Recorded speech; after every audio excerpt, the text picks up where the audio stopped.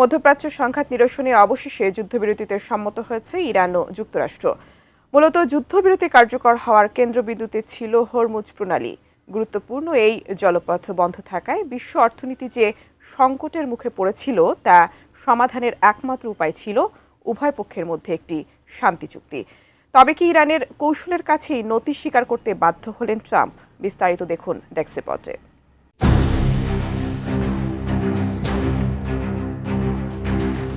Iran ও যুক্তরাষ্ট্রের মধ্যে সম্পাদিত 2 সপ্তাহের অস্থায়ী যুদ্ধবিরতিকে পূর্ণাঙ্গ ও নিরঙ্কুশ বিজয় বলে দাবি করেছেন মার্কিন প্রেসিডেন্ট ডোনাল্ড ট্রাম্প। তবে চুক্তির শর্তগুলো বিশ্লেষণ করলে দেখা যায় হরমুজ প্রণালীর নিয়ন্ত্রণ রেখে বিশ্ব অর্থনীতির ওপর কার্যকর প্রভাব ফেলতে সক্ষম হয়েছে ইরান।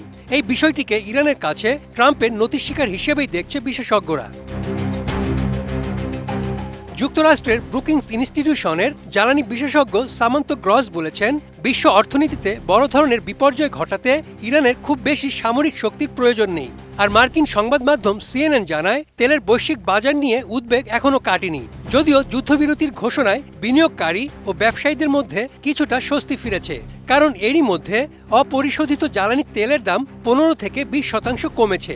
সেই সাথে ইউরোপের বাজারে প্রাকৃতিক গ্যাসের দামও উল্লেখযোগ্যভাবে কমেছে। 32 ইঞ্চি জেভিকো টিভি এখন মাত্র 15,000 টাকায়, সাথে পাচ্ছেন 3 বছরের প্যানেল ওয়ারেন্টি। বিশেষজ্ঞদের মতে সব ধরনের জাহাজ চলাচল পুরোপুরি স্বাভাবিক হবে কিনা তা নিয়ে এখনও অনিশ্চয়তা রয়েছে। গত 24 ঘন্টায় হরমুজ দিয়ে কিছু ট্যাঙ্কার চলাচল করতে দেখা গেলেও লেবাননে ইসরায়েলি হামলার পর ইরান আবার জাহাজ চলাচল বন্ধ করে দিয়েছে বলে খবর পাওয়া গেছে। মূলত ইরানের সামরিক বাহিনী এই নৌপথ নিয়ন্ত্রণ করছে। অক্সফোর্ড ইকোনমিক্সের প্রধান ভূ রাজনৈতিক কৌশলী ড্যান আলামারিউ বলেন, হরমুজ প্রণালীতে কর্তৃত্ব প্রতিষ্ঠার মাধ্যমে ইরান একটি যুদ্ধবিরতি আদায় করতে সক্ষম হয়েছে। ইরান মূলত এই প্রণালীকে ব্যবহার করে একটি অর্থনৈতিক যুদ্ধ পরিচালনা করছে। এছাড়াও হরমুজ প্রণালীর নিয়ন্ত্রণ ইরানকে দুটি বড় সুবিধা দিয়েছে। প্রথমত, বিশ্ব অর্থনীতির ওপর কৌশলগত প্রভাব ফেলা। দ্বিতীয়ত, চড়া দামে তেল বিক্রি করে যুদ্ধের অর্থায়নের সুযোগ।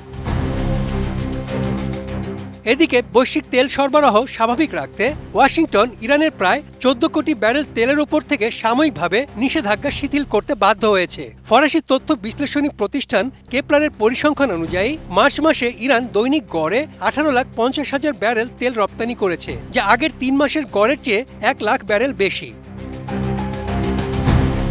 যুদ্ধ শেষ হলেও হরমুজ প্রণালীর উপর নিজেদের কর্তৃত্ব বজায় রাখবে তেহরান। যুক্তরাষ্ট্রের সঙ্গে আলোচনায় ইরান যে 10 দফা প্রস্তাব দিয়েছে তাতে এই অভিপ্রায় স্পষ্ট। ইরান তাদের রাজনৈতিক নিয়ন্ত্রণ সুদৃঢ় করেছে এবং বিশ্ব তেল ও গ্যাসের বাজারকে নতি স্বীকারে বাধ্য করার সক্ষমতা প্রমাণ করেছে।